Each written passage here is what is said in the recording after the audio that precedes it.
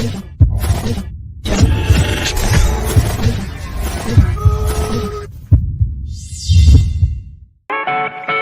feel like I'm on the ball today. I even felt exempted from the law today.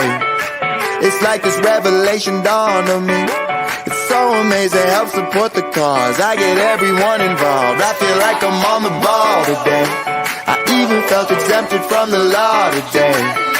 It's like this revelation dawned on me. It's so amazing, help support the cause. I get everyone involved.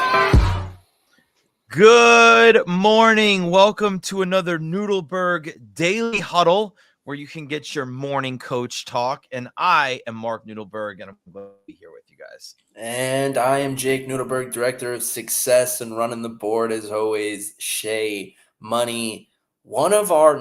It is the last Thursday show without live football. Yeah, I was hoping we were going to go there pretty quickly. We're 2 days away from Florida State kickoff. So, we're rocking and rolling. It is game time. Saw this. Jimbo is in Ireland.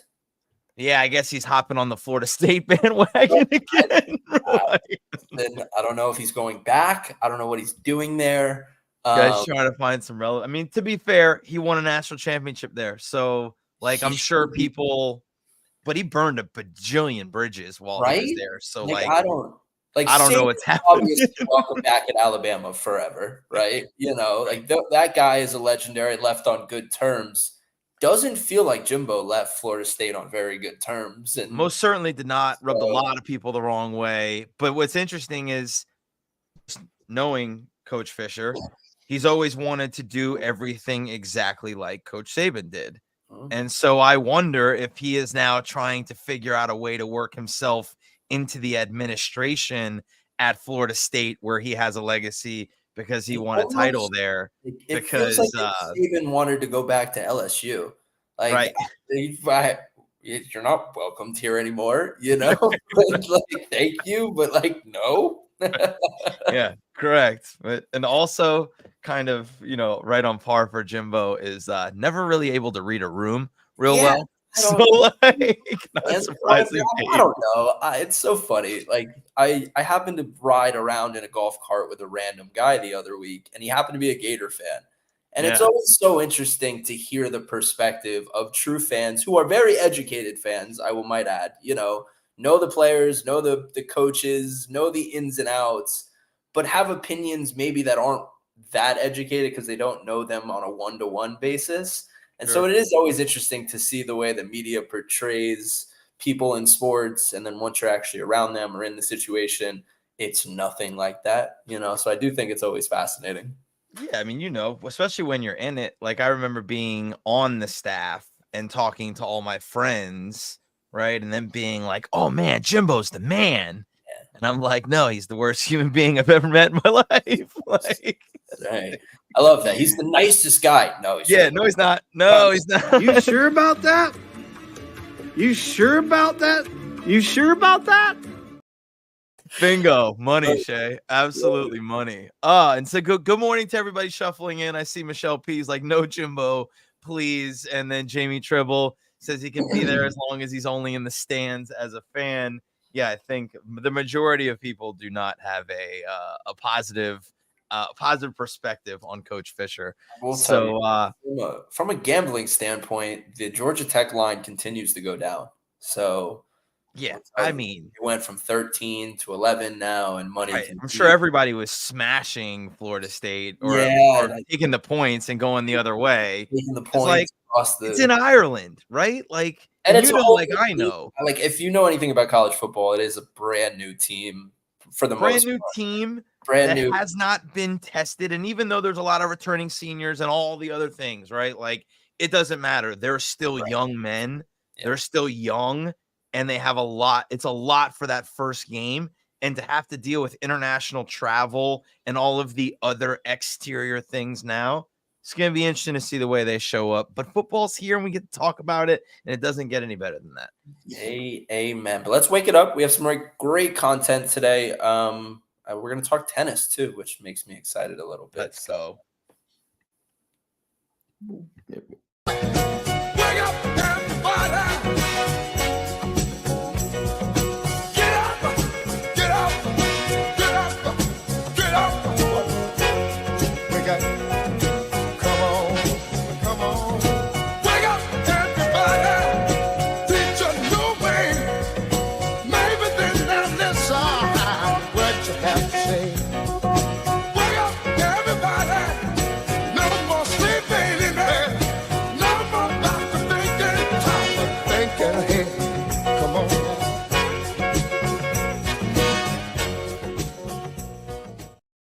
want to show this picture because I think we have it, Shay, but Mike McDaniel is in prime camp mode.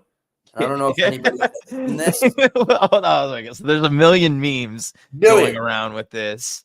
The best one of them is the one of him not in the suit. The best one is the one of him in his polo. Right. And they were like, it took a solid 3 years for Mike McDaniel to go from Best Buy manager to cocaine kingpin. Right. I love that. And the other one was not dating a Latina to dating a Latino, which if you're from South Florida is very on point, So it is cool that he is adopting the South Florida culture, I would say, by look. Speaking of South Florida and speaking of football, there's a million really good high school football games on today, tomorrow, and Friday. You wouldn't know unbelievable Dade and Broward matchups. Like, I know I'm a junkie, and I know, like, for me, recruiting was like my favorite part of the business because I got to watch so much high school football. But they're legitimately, like, I just said, like, what made me think of this was Jonathan Aaron said week 0 football is usually garbage, which is usually correct. And I usually just watch it just because I want to watch it. But it happens to be that in high school football in South Florida, this first week are just bangers across the board of teams from Broward traveling to Dade and back and forth. Some great matchups. It's I don't know if you saw the video of the guy getting mossed or them throwing the go route, and like the entire crowd is blur, right? High school embodiment. If you know anything about high school football, South Florida is lit right now. But anyways, let's get to the daily affirmation. It's Novak Djokovic talking about mindset and his perspective on mindset. Shay, can you play the video? Mental strength, which is what I think is your great gift. I would have to correct you. I have to correct you. It's not a gift. It's something that comes with work. You train for the mental side the way you would your serve or your forehand. There are different techniques. Conscious breathing is a big part. I might appear maybe locked in, but, trust me, there's a storm inside. And, the biggest always battle is within. I don't like this kind of a mindset that I see a lot in sports, like, just think positive thoughts, be optimistic. There is no room for failure. There is no room for, doubts and stuff like this. It's impossible to do that. You are a human being. The difference, I guess, between the guys who are able to be biggest champions and the ones that are struggling to get to the highest level is the ability to not stay in those emotions for too long. So for me, it's really relatively short. So as soon as I experience it, I acknowledge it. I maybe, burst, I scream on the court, whatever happens, but then I'm able to bounce back and reset. I love that he talked about just that it's a skill that he's developed and something that he trains like any other aspect of his game. Focused on the breathing part of it, which I think is really important. But right, it's we yesterday with Lori, the affirmation was Coach Saban, what does it take to break you? What breaks you, right? And there's nothing that's going to break Novak. Nothing. Absolutely not, because he has a plan. He knows exactly the way he's going to handle his mindset. And yeah, Jonathan Aaron's, Tiger Woods was a master at this.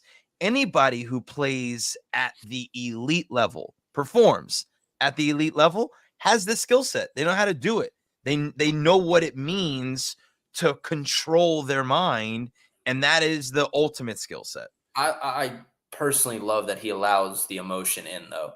The emotion of the moment, of the doubts, of the things that he's feeling in the motion. And obviously, people don't approve of his way of releasing it, right? Yeah. Smashes his racket, but then he's right back to being absolutely dialed in. And so he has a plan.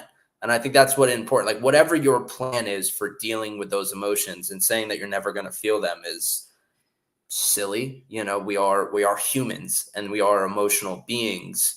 It's funny. I want to touch on that reaction for a minute because like Melissa Graves says, like, I love acknowledging it. A lot of people miss that part. Like you have to acknowledge that the fear or the doubt or the frustration or the anger is there. It doesn't really hurt Djokovic to have the outburst, right? Maybe it changes the opinion of the official a little bit on them, but for the most part, there's not a penalty coming because of that. There's a lot of head coaches that I worked for, that couldn't manage their emotions and couldn't manage their reactions, and their reaction became then a problem for the team. Yeah. Affected players, we got penalties called.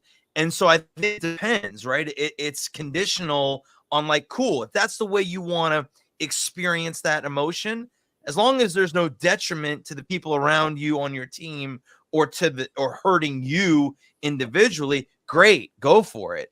But if it is, then I think it is important to try to find another outlet for it. Well, I think that's an interesting conversation, and not to touch on football again, but obviously if you follow anything in South Florida sports, Brian Flores and Tua is the topic of the NFL right now. Yep. And talking about hard coaching or pushing somebody or being whether you can take a motherfucker, or anything like along those lines. And it was actually a funny story about Tua throwing an interception at Alabama. He comes in the national championship and he throws an interception and Saban's like losing it on him, right? And like Tua puts his arm around him, is like, it's gonna be all right. Yeah. And, right? And so that's when it goes into, hey, maybe the way Flores was coaching isn't working. Not saying that that's not right for everybody, right? And you have to tailor it to the individual. Well, I would say like, okay, Nick Saban lost his mind on Tua, right? And probably said some things that were just as bad as something that Brian Flores said to Tua. But Nick Saban and Tua had a relationship. Right. They had something at the foundation that they were able to navigate that experience, whereas Tua and Flores clearly did not have any kind of relationship. And so they weren't able to navigate that. And it was so detrimental.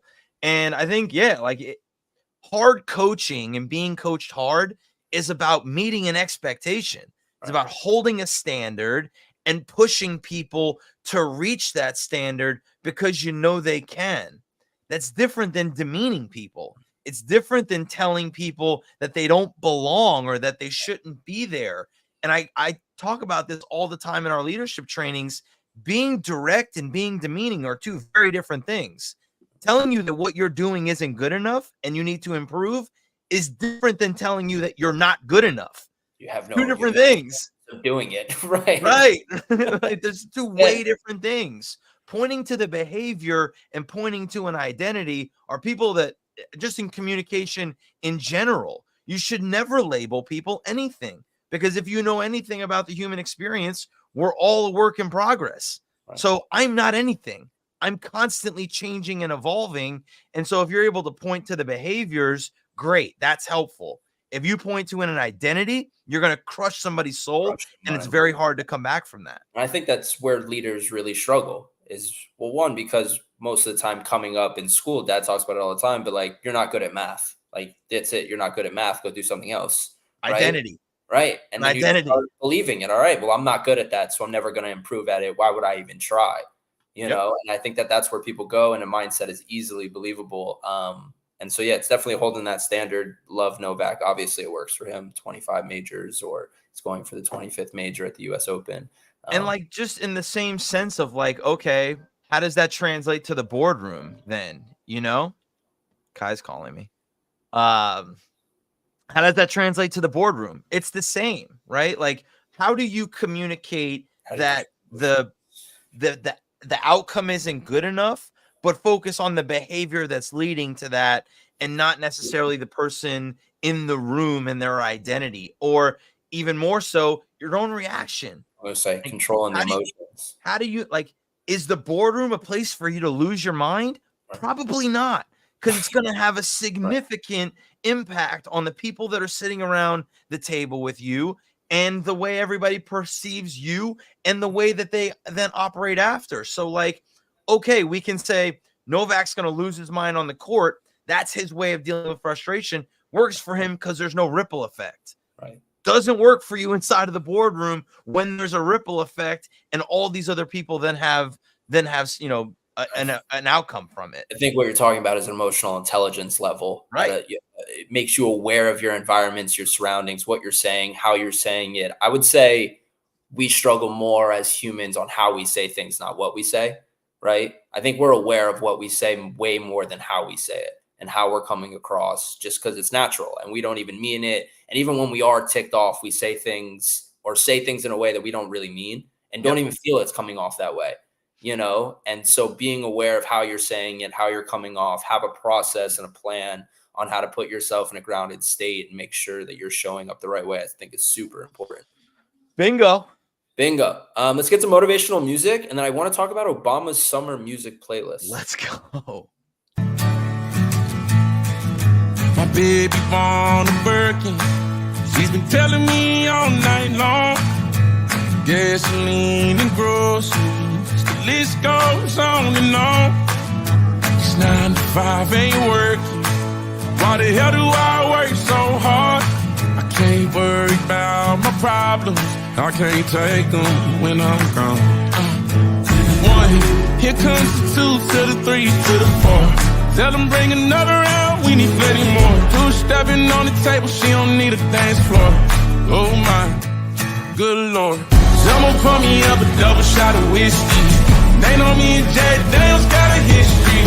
There's a party downtown near 5th Street. Everybody at the bar getting tipsy. Everybody at the bar getting tipsy. Everybody at the bar getting tipsy. Yeah, I mean, Jonathan Aaron says it best. Absolute banger. And for sure, the song of the summer, for sure. Played everywhere. Amazing. He is a country rapper and overall good vibes. And if you are a golfer, I think it's the best golf cart song. But anyway, Obama's been doing this for I don't even know how many years now. But every year he released his summer playlist. Yep. His music. We are big fans of music. And I love it about the list is that it's always such an array. And Shay, leave this up for a minute so that people can see the array of music. The range is all point to some of it, but that's the one thing I respect so much about it is that like you go from the Supremes to Bob Dylan to Norah Jones to Sting to Shabuzi and Billie Eilish. Like the range is phenomenal. And I love it. I love that it really points to his, I guess, his library and his style and what he chooses to consume, which I think is great. To me, like he's got diversity. And if you're listening to this kind of diversity in your music, you probably got diversity in a lot of other areas of your life. So it's pretty cool. What do you got? So if you like a rap country crossover, Whiskey is a banger. Moneybag Yo and Morgan Moneybag Yo and Morgan Wallen. Quite the combo. I would love to know the demographic of our Huddle audience that knows who Moneybag Yo is and who has anything to put on Moneybag Yo. But I think it's cool. Like I think, this is obviously a very intelligent man. Putting all politics aside, he's an intelligent man.